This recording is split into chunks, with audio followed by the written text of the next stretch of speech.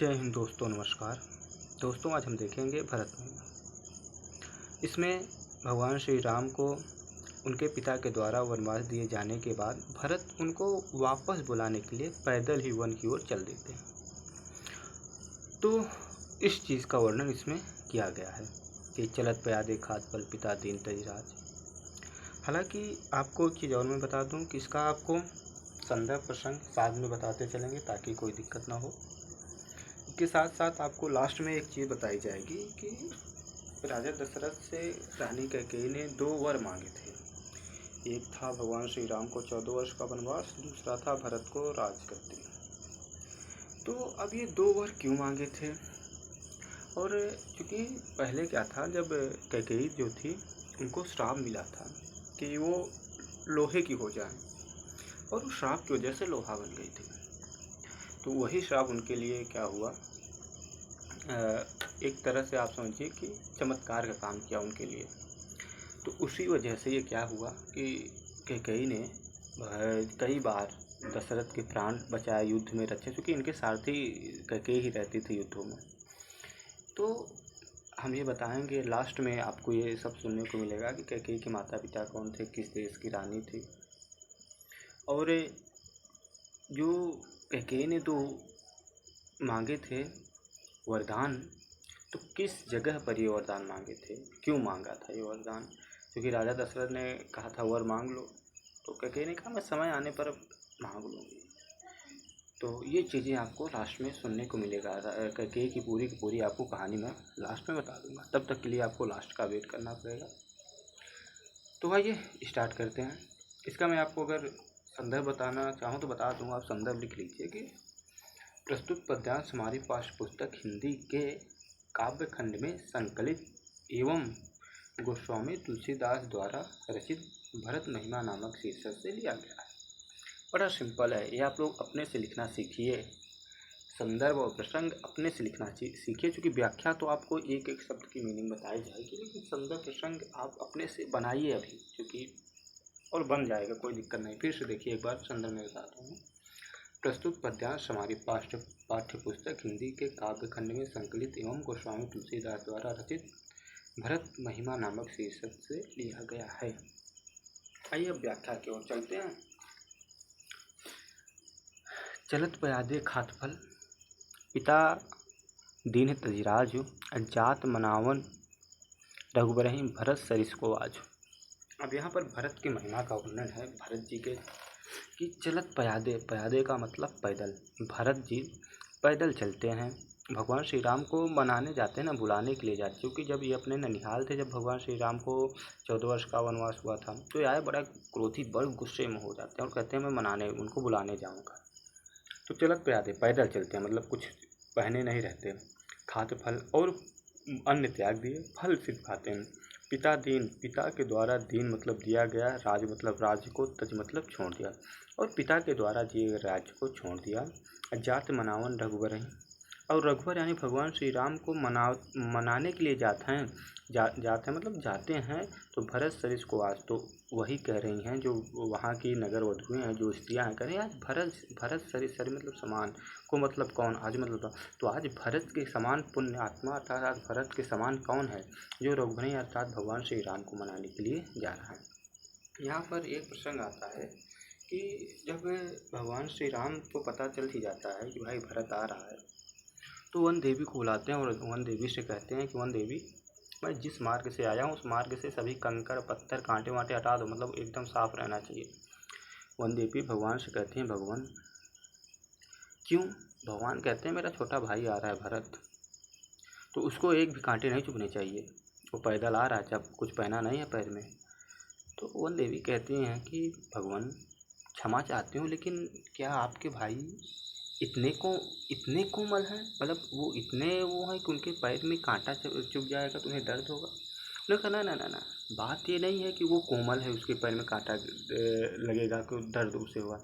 बात ये है अगर उसको एक भी कांटा, एक भी कंकड़ उसके पैर में चुभने पाया तो उसको यही लगेगा कि मेरे पैर में कंकड़ कांटे चुभ गए हैं, तो भैया के पैर में भी कितने ज़्यादा कंकड़ कांटे चुभे होंगे। तो इस चीज़ से वो बहुत दुखी होगा कि मेरी वजह से उनको कष्ट हुआ अर्थात तो इसलिए रास्ते साफ कर दो। उन्होंने ये नहीं कहा कि उसको ना लगे, उन्होंने कहा कि अगर उसको लगेगा तो वो ये सोचेगा कि मेरी वजह को भैया को अर्थात भगवान श्री राम को कितना कष्ट उठाना पड़ा, इसलिए कहा कि नहीं इसलिए साफ कर दो। तो आइए देखते हैं, फिर से एक बार देख लेते हैं, फिर स्टार्ट करते हैं। चलत प्यादे भरत जी का वर्णन यहाँ पे। पैदल प्यादे मतलब पैदल चलते हैं, खाद्य फल और फल खाते हैं। पिता दीन, पिता के द्वारा, दीन मतलब दिए गए, राज मतलब राज्य को, तज मतलब छोड़ देते हैं, और पिता के द्वारा दिए गए राज्य को भी त्याग देते हैं, छोड़ देते हैं। जात मनावे रघुवर, और रघुवर अर्थात भगवान श्री राम को, जात मतलब जाते हैं, मनाव मतलब मनाने के लिए, और भगवान श्री राम को मनाने के लिए जाते हैं। तो वही कह रहे हैं कि भरत सरिस, भरत के सरिस मतलब समान, को मतलब कौन, आज मतलब आज, तो आज भरत के समान पुण्यात्मा कौन है जो भगवान को ही मनाने जा रहा है। भायप भगति भरत आचरणों कहा सुनत दूषण हनु। या यहाँ पे आप समझिए कि ग्राम वधुएं कह रहे हैं, स्त्रियां जो देख रही हैं कि भरत जी जा रहे हैं मनाने के लिए, वो कह रही हैं। यहाँ पे बड़ा क्या कहते हैं, ये बहुत महत्वपूर्ण है कि कौन प्रसंग किसका है, कौन कह रहा है। तो यहाँ पे आप ये कहिएगा कि भायप भगत भरत आचरणों, भाय मतलब भाईपना, भगत मतलब भक्ति, भरत मतलब भरत का, आचरण मतलब आचरण, भरत का आचरण भक्ति और उनका भाईपन। कहत सुनक दूसर हनु, कह रहे हैं जो स्त्रियां हैं कह रहे हैं कि भरत जी के भाईपन अर्थात उनकी भाई के प्रति भक्ति, भाई के प्रति प्रेम और भाई के प्रति आचरण कितना अच्छा है। इसको कहने से, सुनने से दुख दूसर हनु, दुख और दूषण अर्थात दुख और दरिद्रता, हनु मतलब दूर हो जाता है, भाग जाता है। अर्थात कह रहे हैं कि भरत के जो भक्ति है और भगवान श्री राम के प्रति उनका जो भाई प्रति अर्थात भाई का स्नेह है, उस और उनका भरत का आचरण, इसको कहने मात्र से ही दुख दूषण हरनु अर्थात दुख और दूषण क्या हो जाता है, हरनु अर्थात दूर हो जाता है। जो कुछ कहा थोड़े सखी होई, राम बंधु असी काहे न हो। कह रहे कि अब सखियाँ कह रही हैं एक दूसरे से कि हे सखी, जो कछु कहब थोड़े सखी होगी, जो भी मैं भरत के बारे में कहूँगी, जो कुछ कहब कहूँगी, थोड़ा मतलब वह तनिक होगा, थोड़ा होगा। हे सखी, जो मैं भरत के बारे में, ध्यानपूर्वक सुनिएगा, बहुत ही अच्छा प्रसंग है, एक बार मैं आपको क्लियर करा दूंगा, बस आप ध्यानपूर्वक सुनिएगा। जो कुछ कहा थोड़ सखी हो, हे सखी, मैं जो कुछ कहूँगी भरत के बारे में वो थोड़ा होगा, कम होगा। क्यों कम होगा? क्योंकि राम बंधु अस काहे न हो, क्योंकि भगवान श्री राम के बंधु हैं, भाई हैं। अस मतलब इस प्रकार, काहे मतलब क्यों, न मतलब नहीं होए मतलब होए, क्योंकि भगवान श्री राम के बंधु हैं, भगवान श्री राम के भाई हैं, तो इस प्रकार क्यों नहीं होंगे। फिर हम सब सानुज भरतई देखे, भैन धन्य युवती जन लेके।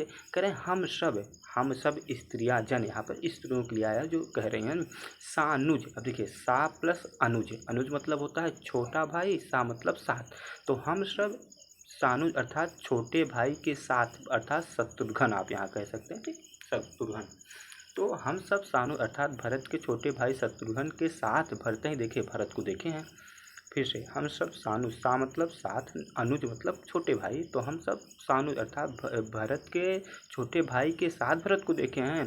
भाई धन्य युवती जन लेके, और हम लोग धन्य हो गए, युवती मतलब युवतियाँ, हम युवतियाँ हम स्त्रियाँ क्या हो गई, भाई धन्य हो गए, जन लेके और लोगों की गिनती में आ गए। लेखे मतलब लेखा जोखा कह सकते हैं ना, गिनती, और तो हम लोगों की गिनती में आ गए। क्यों? क्योंकि हम लोग धन्य हो गए। क्यों धन्य हो गए? क्योंकि सानुज भरत के साथ मैंने शत्रुघ्न को भी देखा उनके साथ। अश्विनी गुण देखी दशा पछताएं, कैकेयी जनन जोग सुताएं। पर यहाँ पे कहने लगी, कैकेयी को ये लोग दोष देने लगी। लेकिन आपको पता है कि आप किसी की, जैसे कि देखिए नाटक कहानियाँ, ये सब बहुत बुरा असर डालता है, ये सब लोगों के मन में छाप डाल देता है। ये अगर 10 बातें हैं तो 10 में से 2 बातें अच्छाई करेगा, 8 बातें बिना मतलब का। ये कभी ना दिखाएगा कि महारानी कैकेयी भगवान श्री राम से अत्यंत, क्योंकि आप समझिए कि तीनों रानियों में महारानी कैकेयी जो थी वो भगवान श्री राम से अत्यंत प्रेम करती, उनके जैसा उनको मानता कोई नहीं था। अब देखिए यहाँ पर तो कैकेयी रानी को दोष दे रही, क्या करेंगे। सुन गुण देखी दशा पछताहीं। अब गुण अर्थात भरत जी के गुण को सुनकर और उनकी दशा को देखकर पछता रही हैं। क्या पछता रही हैं? कि कैकेयी जनन जोग सुताहीं, कि यह पुत्र कैकेयी के जनन मतलब जन्म, योग मतलब योग्य, सुत मतलब पुत्र ना मतलब नहीं, कि यह कैकेयी के जन्म में देने योग्य सुत अर्थात पुत्र नहीं था। चूँकि इतना अच्छा पुत्र है तो कैकेयी जैसी मतलब खराब रानी के जन्म देने योग्य पुत्र नहीं था। को कह दूषण रानी नाही, विधि सब कीन हम ही जो दाहिन। फिर कोई उसमें से कह रहा है, कोई मतलब कोई कह रहा है कि दूषण रानी नहीं, दूषण मतलब दोस्त। तो यहाँ पर रानी का कोई दोष नहीं है। रानी मतलब रानी का, नाहीं मतलब नाहीं। अब रानी यहाँ पे किसके लिए आया है? कैकेयी के लिए आया है। कोई कह रहा है कि दूषण मतलब दोष, रानी नाहीं मतलब रानी का कोई दोष नहीं है। अब विधि सब कीन्ह हमहि जो दाहिन, ये तो विधि अर्थात विधाता भगवान सब किए हैं। हमहि जो दाहिन, जो हमें दाहिन देखिए दाहिन के यहाँ पर कई अर्थ निकलते हैं। ठीक, जैसे दाहिन का मतलब जलाना, कष्ट होता है, परेशान करना होता है। तो दाहिन का मतलब यहाँ पर अनुकूल, आप कहिए यहाँ पर अनुकूल होगा। तो कह रहे हैं विधि अर्थात ये सब विधाता ने किया है, जो हमें मतलब हमारे दाहिन मतलब अनुकूल है, जो ये सब हमारे अनुकूल। अर्थात हम तो चाहते नहीं कि भरत जी जाएँ यहाँ पर, रानी इनको क्या कहते हैं, भगवान श्री राम को वनवास वगैरह मांगे, ये सब नहीं चाहते। लेकिन फिर भी ये किसने किया? ये विधाता ने किया, जो दाहिन मतलब हमारे अनुकूल है। कहा हम लोग वेद विधिहीना लघुति कुल कर तो मैंने। अब यहाँ इससे अपने आप को करेंगे कहाँ मतलब कहाँ हम लोग क्या हैं? वेद विधिहीना, हम लोग इस संसार से, वेद से, विद्यता विधाता से हीना मतलब हीन है। क्योंकि ये अपने आप को बता रही हैं क्यों हीन है? क्योंकि लघुति मतलब स्त्रियाँ, हम लोग लघु मतलब छोटे कुल की स्त्री मतलब स्त्रियाँ हैं। मीनिंग एक एक देखिएगा, लघु मतलब छोटे, ती मतलब स्त्रियाँ, कुल मतलब तो हम जो स्त्रियाँ हैं वो छोटे कुल की हैं। करतूत मलिनी, और हम लोग अपने करतूत से, करतूत मतलब कर्मों से, मलिन मतलब मलिन जाने जाते हैं। अर्थात हम लोग छोटे कुल की हैं और अपने कर्मों से मलिन जानी जाती हैं। इसलिए हम लोग अर्थात संसार और वेद और विधाता के बारे में कुछ नहीं जानते, इससे हीन हैं। अब बसाई कुदेश कुगांव कुबामा कह यह दरस पुण्य पुण्याम। कह रहे हैं हम लोग तो बसें मतलब निवास करती हैं। कुदेश कु मतलब खराब, देश मतलब देश में, कु मतलब खराब, गांव मतलब गांव, बामा मतलब होता है स्त्रियां, कु मतलब। तो हम लोग देखिए बसें मतलब निवास करती हैं कुदेश अर्थात खराब गांव में, कुदेश मतलब खराब देश में, कुगांव मतलब खराब गांव में, कुबामा मतलब खराब स्त्रियाँ। तो हम स्त्रियाँ क्या हैं? खराब हैं, इसलिए खराब देश और खराब गांव में निवास करती हैं। का यह दरस पुण्य परिणाम, लेकिन कहाँ यह मतलब यह दरस मतलब दर्शन, पुण्य परिणामा, लेकिन इन भरत जी का दर्शन हमारे लिए पुण्य परिणाम के स्वरूप पर ऐसा प्रतीत हो रहा है कि हमारा कोई बहुत पिछले जन्म का पुण्य रहा होगा, जो ये हमें भरत का दर्शन हुआ है। ठीक, अस आनंद अचिरज प्रतिगामा अजनु मरुभूमि कल्प तरु जामा। करें अस मतलब इस प्रकार, आनंद और अचरज, इस प्रकार आनंद और अचरज, प्रति मतलब प्रत्येक, ग्राम मतलब ग्राम में है। अर्थात जिस प्रकार लोग भरत को देखते हैं तो अचरज और आनंद से प्रफुल्लित हो जाते हैं। तो ये कह रहे हैं कि हमारे गांव में नहीं है, अर्थात हमारे यहाँ सिर्फ नहीं है, ये प्रति अर्थात प्रत्येक गांव में है। जनु मरुभूमि कल्प तरु जामा, और ऐसा जन मतलब मानो। अब देखिए यहाँ पर जनु मनु आ गया तो यहाँ पर उत्प्रेक्षा अलंकार आपका आ जाएगा। तो ये सब आप चीज़ देखिए। तो जन मतलब मानो ऐसा प्रतीत होता है कि मरुस्थल अर्थात मरुभूमि अर्थात मरुस्थल में कल्प तरु जामा, कल्प वृक्ष जामा मतलब उग आया हो, ऐसा प्रतीत होता है। मानो मरुस्थल में बारिश वारिश होती नहीं, वहाँ पर वृक्ष तो दिखाई नहीं देता ना। तो यही कह रहे हैं, मानो रेगिस्तान, आप कह लीजिए बात को एकदम सिंपल में, मानो रेगिस्तान या मरुस्थल में कल्प वृक्ष जो है जामा मतलब उग आया हो या जाम आया हो। ठीक, तो इसका हमें लगता है कि आप लोग प्रसंग बड़े अच्छे से निकाल देंगे, क्योंकि समझ में आया। एक बार और देख लीजिएगा, निकल जाएगा, बहुत कोई दिक्कत नहीं है, आराम से। फिर आगे आइए देखते हैं। आगे है कि तेहि बासर बस प्रातहि चले सुमेर रघुनाथ, राम दरस की लालसा भरत सरिस सब साथ। तेहि मतलब उस, बासर मतलब दिन में, बस मतलब निवास करके, मतलब उस दिन वहीं पर रुक करके या निवास करके। फिर से देखिए, भरत जी जो थे, भरत जी उनके साथ जितने लोग थे सभी लोग, तेहि मतलब उस, बासर मतलब दिन, बस मतलब रुक करके, प्रातः मतलब सुबह, चले मतलब चल दिए, सुबह मतलब याद करके, रघुनाथ मतलब भगवान श्री कृष्ण को, भगवान श्री राम को। तो तेहि मतलब उस दिन वहीं पर निवास करके, प्रातः मतलब सुबह, चल मतलब चले चल दिए, सुमी मतलब याद करके, भगवान श्री राम को, अर्थात भगवान श्री राम को याद करके सुबह होते ही चल दिए। मतलब जिस दिन ये लोग वो देखी थी तो उस दिन उसी गांव में रुक गए। उसके बाद सुबह होते ही ये भगवान श्री राम का स्मरण किया, उन्हें सुमरे और उनके बाद चल दिए। राम दरस की लालसा, और भगवान श्री राम के दरस मतलब दर्शन की लालसा थी। अब भरत सरिस सब साथ, भरत के साथ सभी लोग जितने लोग थे सभी को भगवान श्री राम के दर्शन की लालसा थी। अर्थात सभी लोग ये चाहते थे कितनी जल्दी हम उनके पास पहुंच जाए और उनका दर्शन कर लें। मंगल सगुन होई सब काहू, फरकई सुगत बिलोचन बाहू। अब भरतई सहित समाज उछाहू, मिलहि राम मिटहि दुख दाहू। करे मंगल सगुन होई सब काहू, सब काहू अर्थात सभी प्रकार से सभी लोग कह रहे हैं कि मंगल सगुन हो रहा है। क्यों मंगल सगुन हो रहा है? अच्छा, मंगल सगुन जो होता है वो होता है, मतलब ऐसा प्रतीत हो रहा है कि अच्छा होगा बुरा होगा। तो कह रहे हैं सगुन जो हो रहा है वो मंगल हो रहा है। क्यों मंगल हो रहा है? कि फरकई सुखद बिलोचन बाहु, क्योंकि बिलोचन मतलब नेत्र, बाहु मतलब बाह। नेत्र और बाह क्या हो रहे हैं? फरक रहे हैं। सुखद मतलब सुख देने वाले, अच्छे आनंद देने वाले, सुखद समाचार देने वाले नेत्र और बाहु क्या हो रहे हैं? वो फरक रहे हैं। अब भरतई सहित समाज उछाहू, मिले राम मिटे दुख। अब भरत के साथ ही समाज उछाहू, समाज भी उछाहू मतलब समाज भी उत्साह में है। भरत के साथ भी पूरा का पूरा समाज भी ये चाहता है कि कितनी जल्दी भगवान राम के पास पहुँचें।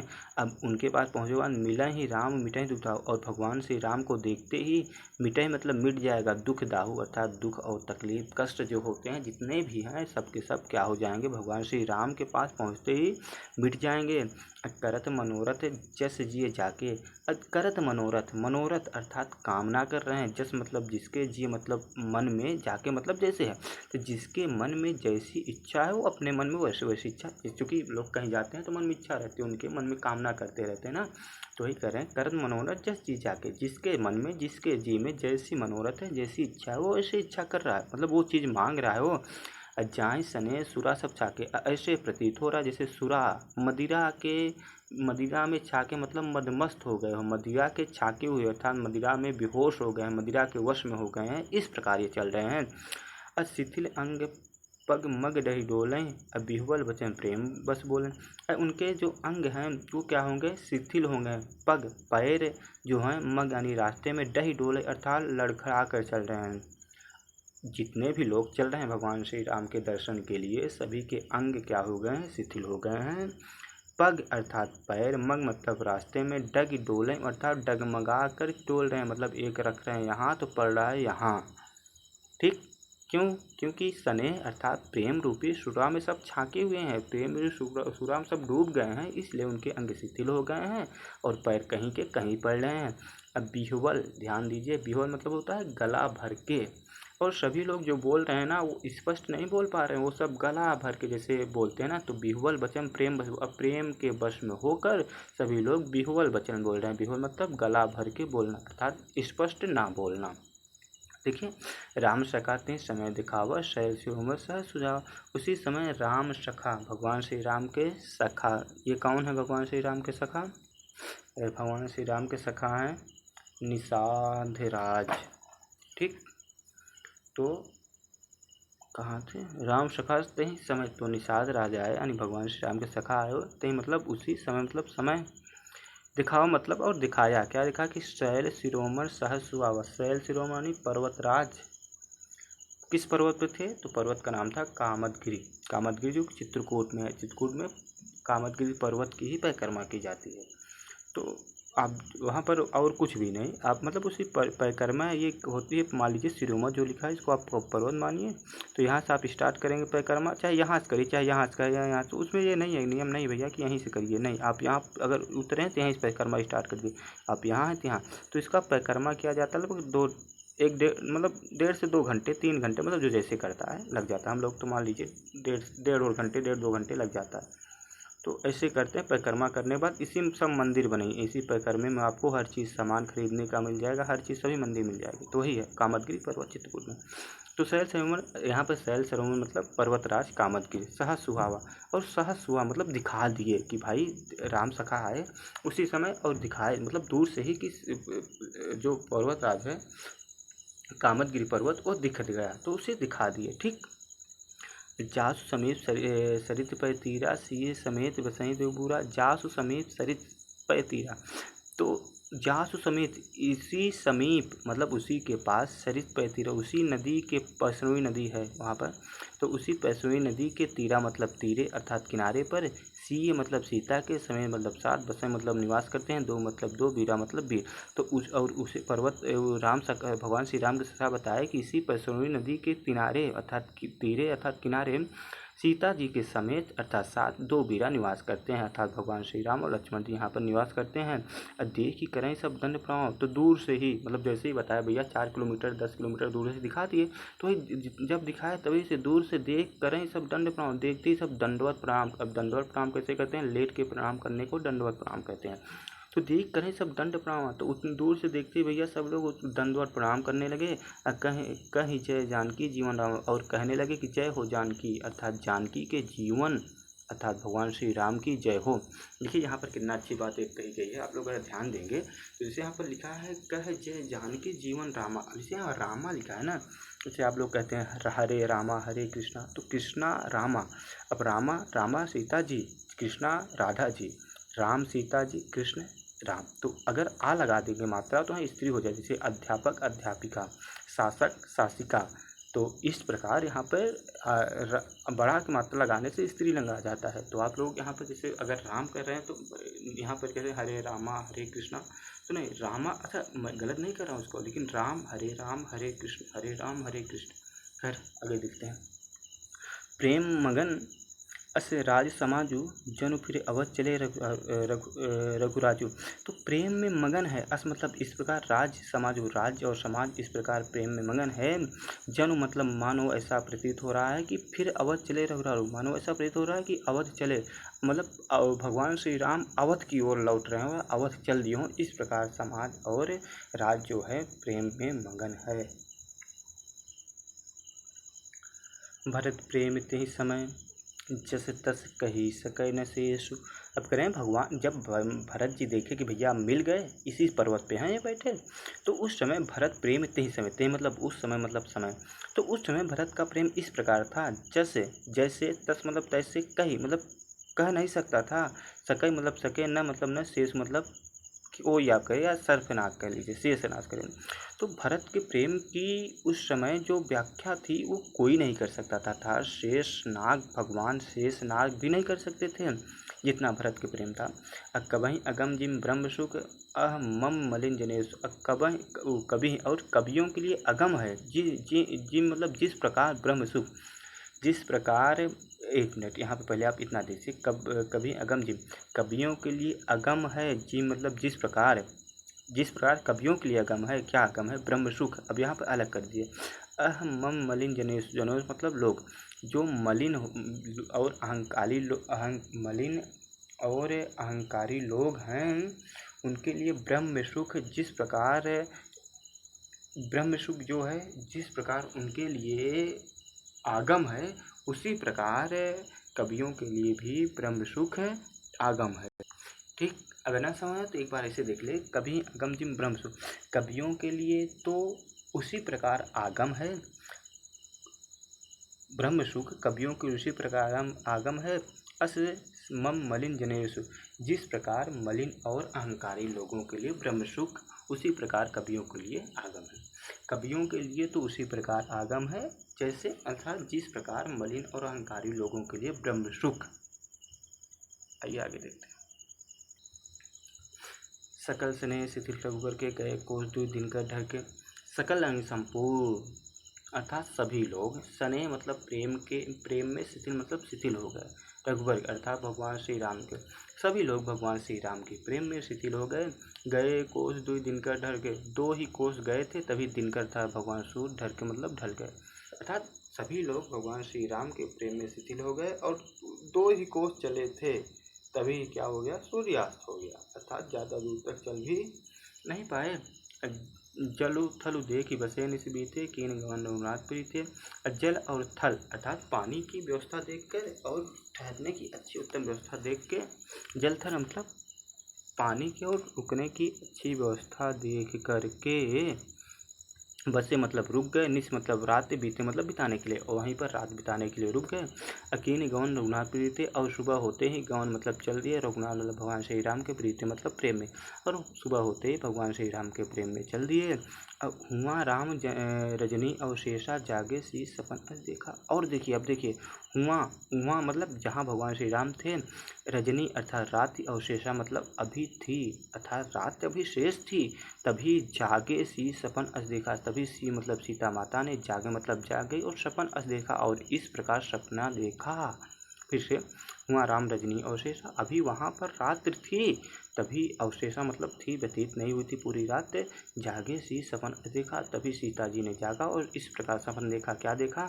इस सहित समाज भरत जन आए, नाथ वियोग तातंत आए, कि समाज के सहित भरत जन आए, भरत लोग जो हैं वो समाज के साथ आए हुए हैं यहाँ पर, और नाथ वियोग तापतंत आए, और हे नाथ, हे स्वामी, आपके वियोग में तापतंत आए, उनके शरीर दुख, वो दुखित हैं, आपके वियोग में वो क्या है? दुखित हैं। सकल मलिन मन दीन दुखारी, देखी सासु आन अनुहारी। अगर सकल मलिन और संपूर्ण लोगों का जो सकल वो मलिन था, अर्थात वो दुखी थे, दीन दुखारी, और वो दुखी लोग दिखाई दे रहे हैं। उनका मुख जो था वो कैसा, उनका चेहरा, सभी लोगों का चेहरा और मन से वो कैसे दीन दुखी अर्थात दुखी दिखाई दे रहे थे। और देखी सासु आन अनुहारी, और जो मैंने सासु माँ को देखा, आन मतलब दूसरे, अनुहारी मतलब रूप में, और मैं रूप या हालात या सूरत कुछ भी कह लीजिए, तो कह रहे हैं मैंने सासू, चूँकि वो अब तो भाई पहले क्या था कि विधवा हो चुकी है ना अब, तो वही दूसरे रूम में, कह रहे हैं आन मतलब दूसरे, अनुमान मतलब रूम में, तो मैंने सास को दूसरे ही रूम में देखा है। सुन सी सपन भरे जल लोचन, भय सोच बस सोच में उसन। तो सी सुन, सीता जी के सपन को सुनकर भरे जल लोचन, भगवान श्री राम के नेत्रों में, लोचन मतलब नेत्रों में जल भरा है। सीता जी के सपन को सुनकर भगवान श्री राम के नेत्रों में लोचन यानी जल भर आए। अब भय सोच बस, और सोच में के बस में हो गए हैं। सोच विमोचन, सोच से विमोचन मतलब मुक्त करने वाला, जो सभी लोगों को सोच और चिंता से मुक्त करते हों, आज वही सीता जी की बात सुनकर खुद सोच में डूब गए हैं। लखन सपन यह नीक न को। अब भगवान श्री राम कहने लगे, लखन आए लक्ष्मण जी के, देखो लक्ष्मण, बात ऐसी है कि यह सपना जो है ना, नीक ना हुई, अच्छी सपना नहीं है। कठिन कुचाह सुनाओ कोई को, हमें ऐसा प्रतीत हो रहा है कोई कठिन अर्थात कठोर कुचाह मतलब कुसमाचार, बुरा समाचार सुनाओ कोई ऐसा प्रतीत हो रहा है कि बुरा समाचार ही लेकर आ रहे हैं। इसलिए हे लखन, यह सपन क्या होगा, नीक अर्थात अच्छी न हुई। अस कहीं बंधु समेत नहाने, पूज पुरारी साधु सम्माने। अस कहीं मतलब इस प्रकार का बंधु मतलब भाई के समेत मतलब साथ नहाए, मतलब भगवान श्री राम नहाए। अब पूज पुरारी, पुरारी मतलब क्या होता है भैया, तो पुरार मतलब शंकर जी, त्रिपुरारी, तो पूज मतलब पूज्य कर, पूजा करके कह लीजिए, पुरार मतलब शंकर जी। उसके बाद नहाने के बाद मतलब नहा, फिर से अस्कई बंधु समेत नहाने, इतना कहकर भाई के साथ यानी अपने लक्ष्मण जी के साथ नहाने लगे। अब पूज पुरार, पुराने शंकर जी को पूज मतलब पूजा कर, शंकर जी की पूजा करके और साधु को सम्मान देकर विदा किया, अर्थात शंकर जी का पूजा करे और साधु का सम्मान किए कि भैया यह सपन क्या हुई, नीक है, अच्छी बात नहीं है। फिर लोग सपना देखते तो अब सपना देखते हैं, सपना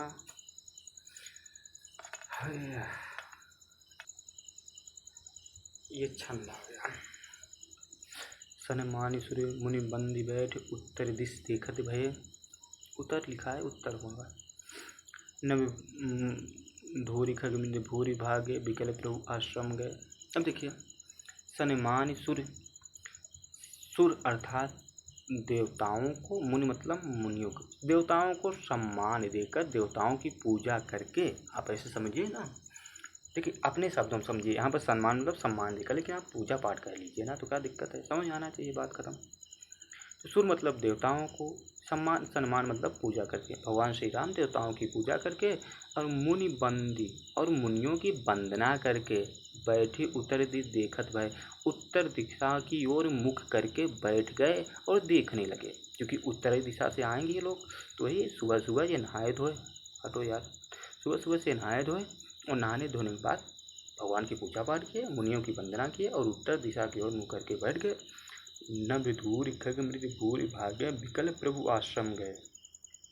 तो जब देखे तो नभ यानी आकाश में, धूर खग धूर उड़ रही है, और खग मतलब पक्षी, मृग मतलब मृग यानी हिरण, भूरि भागे, भूरि लपेटे हुए, भागे मतलब भाग रहे हैं, विकल मतलब व्याकुल, व्याकुलता के साथ भाग रहे हैं।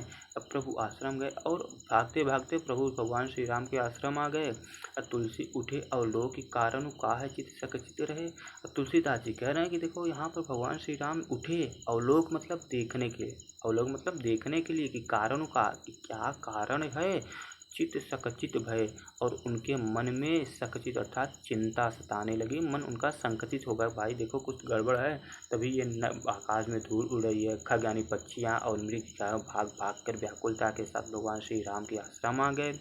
जितने भी भगवान श्री राम अवलोकन के लिए अर्थात देखने के लिए उठे, तो सोचने का और चित यानी मन में सोचने लगे, कहा मतलब कौन कारण, मतलब कारण है, और उसको कारण को सोचकर संकुचित हो गए। ठीक, सब समाचार किरात कोलन आए थे अवसर कहे, और उसी समय सभी समाचार किरात कोल, ये किरात कोल जो जनजात होती हैं, ठीक है, जंगल में निवास करने वाले आप कह सकते हैं इनको। ठीक, तो उसी समय जंगल में निवास करने वाले, अब इसे किरात कोल ही कह सकते हैं, कोई दिक्कत नहीं। किरात कोल जो जनजाति हैं, अब इतना समझ लीजिए, आए मतलब आ गए, तो मतलब उसी समय अवसर, और उसी समय अवसर पाकर बात को कह दिए। क्या कहे कि सुनत सुमंगल बहन मन, प्रमोद तन पुलकित भरे, शरद सरोह नैन तुलसी भरे स्नेह जल।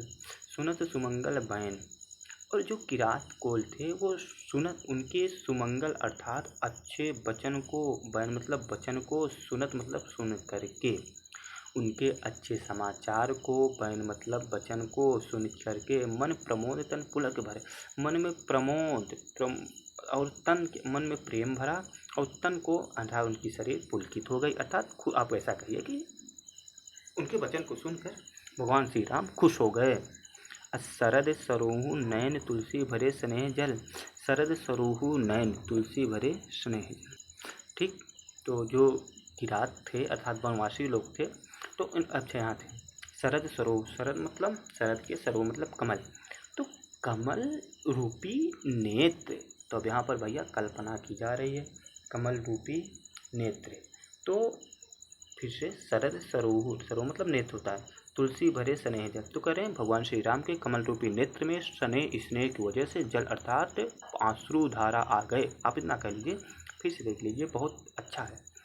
सुनत सुमंगल बहन मन, प्रमोद तन पुलकित भरे, अर्थात जो किरात थे, वनवासी लोग थे, उनके जो सुमंगल अच्छे समाचार को सुनकर भगवान श्री राम खुश हो गए, उनके तन पुलकित होने लगे, और भगवान श्री राम के शरद रूपी, शरद के समान कमल रूपी नेत्र क्या हो गए, स्नेह पूर्वक जल से भर गए। ठीक, इतना ही है, ज़्यादा टिम टाम करने की जरूरत नहीं है, बहुत अच्छा है। अब देखिए यहाँ पर कट्टकम कट्टम कुट्टम कुट्टम कट्टम, तो इसका मतलब आप सही समझिए ना कि ये कट का निशान इसलिए लगा है कि ये आपके सिलेबस से हटा दिया गया है। सिलेबस क्या हटा दिया गया, जब भगवान श्री राम मतलब जब लक्ष्मण जी जान गए, तो मैं बता देता हूँ, बस आधा मिनट 1 मिनट सुन लीजिए, क्योंकि हर चीज़ क्लियर करके चलना है, ये मेरा थोड़ा सिद्धांत रहता है। तो जब भगवान यानी लक्ष्मण जी सुने कि भैया भरत आ रहे हैं, और लक्ष्मण जी थोड़ा उग्र टाइप के थे, मतलब बिना विचारे जो करें, तो ऐसे व्यक्ति थे। उन्होंने कहा कि देखो बाण धनुष लाओ, और मैं लक्ष्मण को वहीं का वहीं, जहाँ वो लक्ष्मण करें, भरत जहाँ है वहीं उनको परास्त, क्योंकि उनके मन में शंका थी कि भरत को राज्य मिल गया है, तो मतलब मद अहंकार हो गया है, और मुझ पर चढ़ाई मतलब हम लोगों को मारने आ रहा है। तो इसका ये था, तो वही भगवान श्री राम कह रहे हैं कि देखो भरत गड़बड़ सोच रहे हो, मतलब गलत सोच रहे हो। भरत जो है ना, भरत को राज्य मद नहीं हो सकता, यानी दुनिया, ये अयोध्या तो बड़ी छोटी चीज़ है, भरत को तीनों लोक का राजा बना दिया जाए, फिर भी भरत को राज्य मद नहीं हो सकता। ये आगे आप बात अब सुनने के लिए एकदम रेडी रहिए, तैयार रहिए। आइए देखते हैं। भरत ही हो न राज्य मधु, विधि हरि हर पद पाई, कबहों की काजी सीकरन सीरी सिंधु बिन साई। ये आप अगर समझ पाए तो मान लीजिए आप सब कुछ समझ लिए। ये मतलब भरत का मेन ये टॉपिक है, मेन भरत के चरित्र का यहाँ पर बात की गई है कि भैया भरत कैसे थे। तो वही लक्ष्मण से कह रहे हैं कि देखो भगवान श्री राम कह रहे हैं कि हे भरत, भरत ही हो न राजमद, भरत को हो नहीं सकता, हो नहीं सकता न मतलब नहीं, राजमद राज्य का मद, राज्य का अहंकार, मद मतलब अहंकार। हे लक्ष्मण, भरत को कभी भी राज्य का अहंकार नहीं हो सकता, चाहे विधि अर्थात ब्रह्मा जी, हरि मतलब शंकर जी, वो हरि मतलब विष्णु, हर मतलब शंकर, चाहे ब्रह्मा विष्णु महेश तीनों लोगों का पद पा जाएं भरत, तो भी भरत को राज्य मद नहीं हो सकता। ये तो अयोध्या बहुत छोटी बात है। गुरु ने ब्रह्मा विष्णु महेश अर्थात ब्रह्मा विष्णु और शंकर जी का तीनों लोगों का पद दे दिया जाए, आसन दे दिया, भैया तुम ही आज से ब्रह्मा, तुम ही महेश, तुम ही विष्णु, तो भी भरत को राज्य मद नहीं हो सकता। ये तुम क्या बात कर रहे हो कि भरत राज्य मद में अंधा हो गया, मुझे मारने के लिए आ रहा। फिर क्या करें, कभों की काची सीकरन सिर सिंधु बिनसाय, करें कभों कभी ऐसा हो सकता है कि काची सीकरन, कांची सीकरण का मतलब आप समझिए, कांची का मतलब होता है खट्टा पदार्थ, सीकरण अब कह लीजिए सिरका, सीकरण मतलब बूंद। अब यहाँ पे सीकरण का मतलब सिरका मत ना कहिएगा, ये गड़बड़वाएंगे आप लोग, मुझे पता है। काजी का मतलब होता है खट्टा पदार्थ, सीकरण मतलब होता है बूंद। तो कभी सिर आप ऐसा कहिए ना, कभी खट्टे पदार्थ की एक बूंद क्षीर सिंधु बिनसाए, क्षीर सिंधु अर्थात दूध के सागर को बिनसाए मतलब नष्ट कर सकते हैं। जैसे खट्टा पदार्थ जो होता है दूध को फाड़ देता है, तो अरे आज का क्या कभी मतलब खट्टे पदार्थ की जो एक आध दो चार बूंद हैं उस क्षीर सिंधु अर्थात बड़े बड़े समुद्र, दूध के बड़े बड़े समुद्र को क्या नष्ट कर सकता है? नहीं नहीं नहीं, ऐसा नहीं हो सकता। ये भरत मान लीजिए एक बूंद, ये जो होगा भरत को राज्य मिला, ये एक बूंद के भी समान नहीं है, तो भरत को राज्य मद नहीं हो सकता। फिर क्या करें, ये 3 लाइन देखिए, तिमिर तरुण तरनई मकु गिलई, गगनु मगन मकु मेघई मिलई। करें तिमिर तरुण, तरुण मतलब होता है मध्याह्न, तरन मतलब होता है सूर्य, मक मतलब होता है चाहे, गिलय मतलब होता है निकल जाए, लील ले आप कह लीजिए। तिमिर मतलब होता है अंधकार, अंधकार चाहे, देखिए देखिए देखिए एकदम गड़बड़वाइए नहीं, बहुत सही समझिए। तिमिर तरुण तरनी मक गिलई, तिमिर मतलब होता है अंधकार, मक मतलब चाहे। तो आप यहाँ कहिए कि चाहे अंधकार मध्याह्न अर्थात दोपहर के तरी मतलब सूर्य को निगल जाए। मतलब अब यहाँ पर राम भगवान समझा रहे हैं लक्ष्मण जी को, देखिए लक्ष्मण, ये हो सकता है कि मध्याह्न अर्थात दोपहर के सूर्य, क्योंकि दोपहर सूर्य जवान होता है, युवा होता है ना, तो इसलिए कह रहे हैं कि दोपहर के सूर्य को चाहे अंधकार निगल ले जाए, लेकिन भरत को राज्य मद नहीं हो सकता। मतलब ऐसा हो, जो कि असंभव बात कर रहे हैं ना, कह रहे हैं कि ये असंभव हो, लेकिन ऐसा हो सकता है, लेकिन भरत को राज्य मद नहीं हो सकता। तिमिर तरुण तरनई मकुबिलई, कह रहे हैं कि अंधकार भले ही, तरुण मतलब होता है मध्याह्न के, तमिल मतलब सूर्य, मध्याह्न के सूर्य को अंधकार भले ही निगल ले जाए। गगन मगन मक मेघई मिलई, अगर गगन यानी आकाश मगन होकर, मक मतलब चाहे, चाहे आकाश मगन होकर मेघ मिलई, मेघ अर्थात बादलों में मिल जाए। गोपद जल बूढ़े घटियोनी क्षमा सहज क्षमा बर छाणे छोनी, करें गोपद अर्थात गाय के पैर के जल के में, अर्थात जैसे कहते हैं ना कि चुल्लू भर पानी में डूब मरो, तो यहाँ पर यही बात हो गई है कि गोपद अर्थात गाय के पैर के जल के समान बूढ़े घटयोनी, घटयोनी अर्थात यहाँ पर कहा गया है ऋषि और अगस्त ऋषि हैं। घटयोनी मतलब कह रहे हैं अगस्त ऋषि जो हैं वो भले ही गाय के पैर के बराबर जल में डूब जाएं, सहज क्षमा बरु छाणी छोनी, छोनी मतलब होता है पृथ्वी, चाहे पृथ्वी अपनी सहजता को बड़े सरलता के साथ क्षमा को छोड़ दे, चाहे पृथ्वी के पास क्षमा है ना, पृथ्वी के साथ आप कुछ भी कोई भी खिलवाड़ कर ले इंसान, लेकिन पृथ्वी सबको क्षमा कर देती है। पृथ्वी जो है ना वो सभी कहते हैं ना कि पृथ्वी हम सभी लोग पृथ्वी के पुत्र हैं और पृथ्वी हमारी क्या है, माता है। तो पृथ्वी हम सभी की माता है और हम सब उसके जितने भी लोग हैं उसके पुत्र हैं। तो यही कह रहे हैं कि जो है पृथ्वी ना सबको सहज ही क्षमा कर देती है। फिर कह रहे हैं कि चाहे सहज क्षमा ही कर दे, मतलब छोड़ दे, क्षमा करना छोड़ दे पृथ्वी। अब मशक मुख मक मेर उड़ाई होए न नृपुर भरते भाई, करें हे लक्ष्मण जी मशक फूंक, चाहे मशक यानी मच्छर के फूंक से मक मेर उड़ाई, मक मतलब चाहे, चाहे मच्छर के फूंक से मेरु अर्थात सुमेर पर्वत, हिमालय पर्वत उड़ जाए। अब बताइए कभी हिमालय पर्वत उड़ सकता है मच्छर के फूंक से? लेकिन यहाँ पर भगवान श्री राम लक्ष्मण को समझाते हुए कह रहे हैं कि चाहे मक मतलब चाहे मच्छर के फूंक से सुमेर पर्वत उड़ जाए, लेकिन फिर भी हे लक्ष्मण होई न निप मधु भरते भाई, भरत को निप अर्थात राज्य, निप मतलब राजा होता है, भरत को राज्य मत कभी नहीं हो सकता। अब देखिए यहाँ पर कितनी अच्छी बात है, ये आप समझ लीजिए, मानिए सब समझ लीजिए, ठीक। फिर लखन तुम्हारा शपथ पे तुम्हारा सुबधु नहीं भरते समान। अब यहाँ पर राम भगवान कह रहे हैं। अब देखिए भगवान श्री राम को भी भरत से ज़्यादा कोई नहीं प्रिय था उनको। भगवान श्री राम हनुमान जी कहते हैं ना कि तुम मुझे भरत के समान प्रिय हो। तो वही है कि लखन तुम्हारा शपथ पिछवाना, हे लक्ष्मण मैं तुम्हारी और पिता की आन मतलब सौगंध खाता हूँ। हे लक्ष्मण मैं तुम्हारी और पिताजी की आन सौगंध खाता हूँ।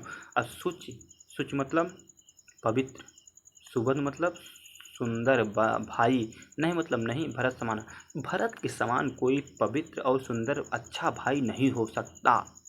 अर्थात भरत के समान कोई भी अच्छा भाई, भरत के समान कोई सुंदर और शुच मतलब पवित्र और सुंदर या फिर अच्छा भाई नहीं हो सकता।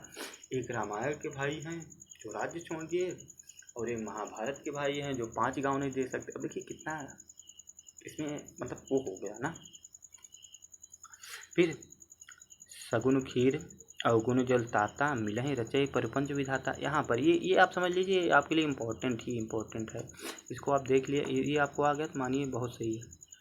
सगुन खीर अवगुण जल ताता। अब कह रहे हैं सगुण रूपी खीर को और अवगुण रूपी जल को, ताता मतलब भाई, पिता, पुत्र। तात का मतलब कुछ भी हो जाए, तात का मतलब पिता भी होता है, भाई भी होता है, पुत्र भी होता है ना, तो तात मतलब है भाई। तो कह रहे हैं हे भाई, सगुण अर्थात गुण रूपी खीर और अवगुण रूपी जल को मिलाई मतलब मिलाकर, रचे मतलब रचते हैं, परपंच मतलब परपंच विधाता मतलब भगवान जब इंसान को बनाते हैं तो उसमें गुण रूपी खीर और अवगुण रूपी जल मिलाते हैं। अर्थात आप ये कहिए कि भगवान जब किसी इंसान को बनाते हैं तो उसमें गुण अवगुण दोनों मिलाते हैं। ठीक, इसका मतलब यही है कि सगुण खीर अवगुण जल होता है। तो भगवान जब किसी इंसान को बनाते हैं तो गुण रूपी खीर और अवगुण रूपी जल दोनों मिलाते हैं।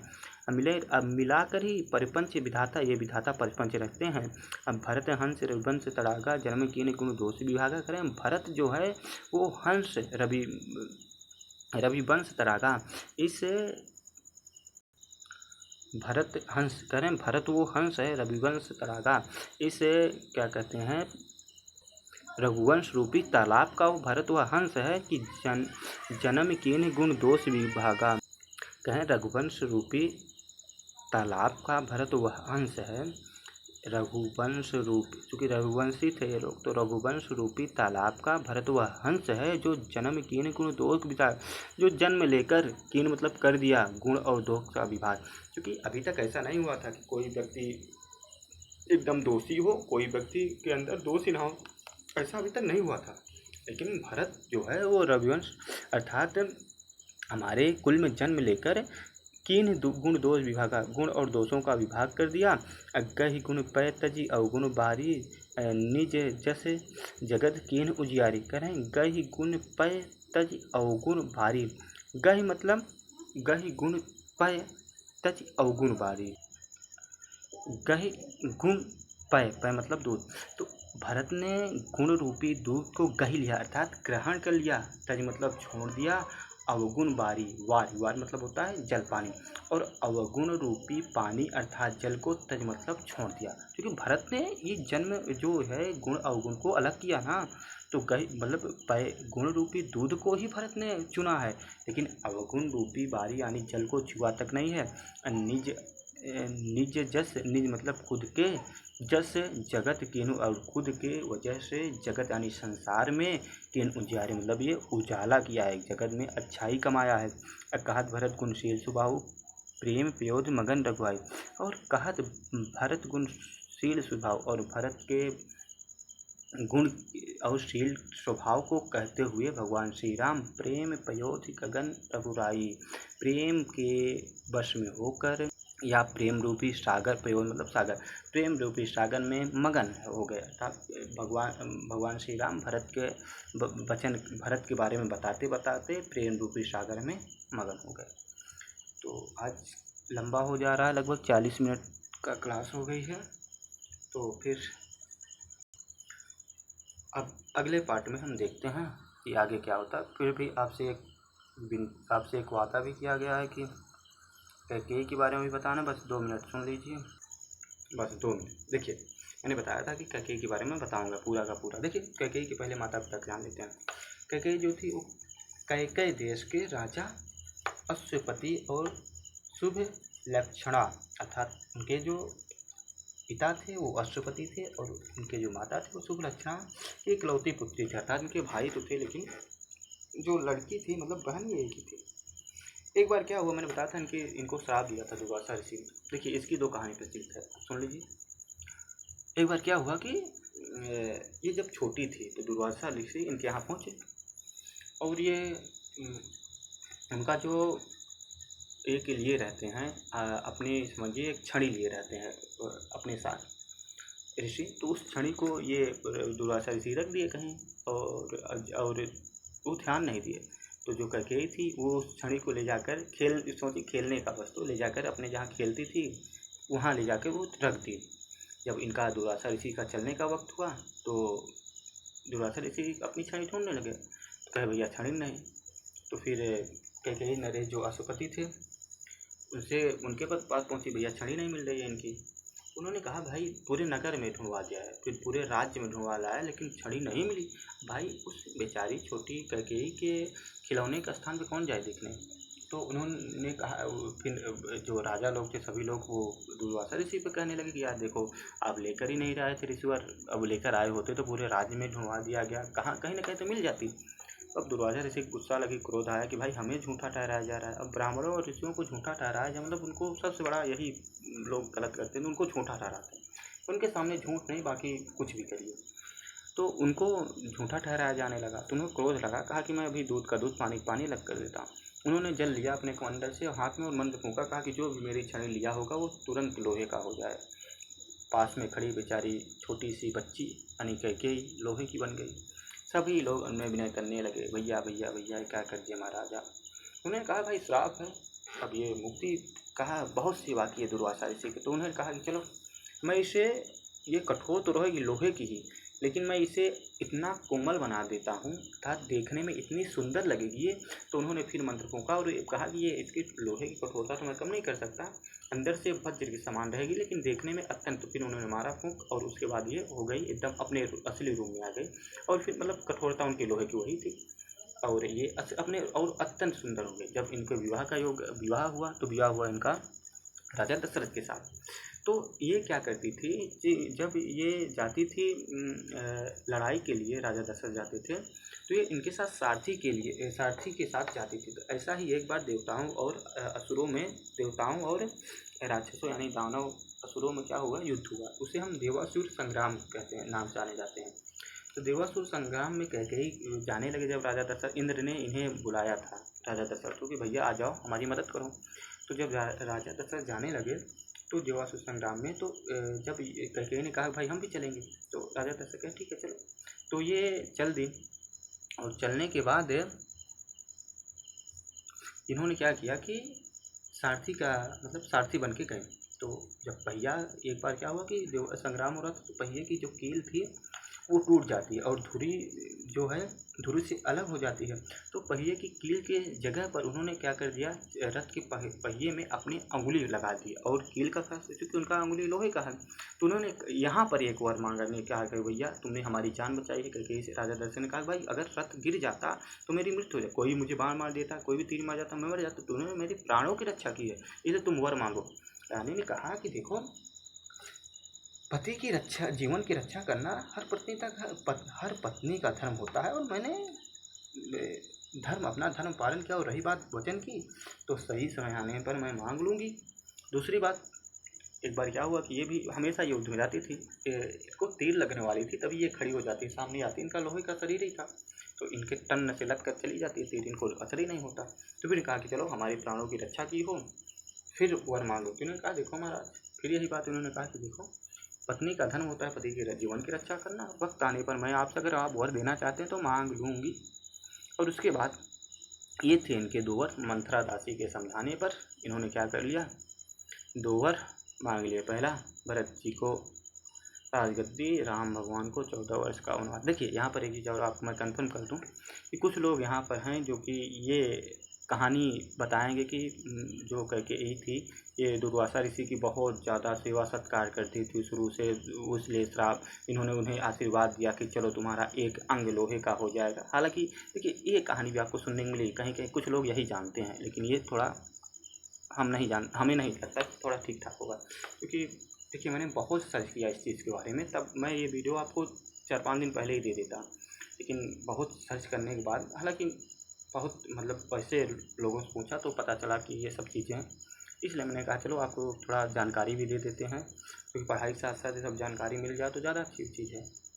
तो फिर हाँ, जो अगला पार्ट आएगा तो उसमें हम देखेंगे। तब तक आप लोग अच्छे से पढ़ते रहिए, मस्त रहिए, और बताइए कैसा रहा वीडियो, कैसा नहीं रहा। तब तक के लिए बहुत बहुत धन्यवाद।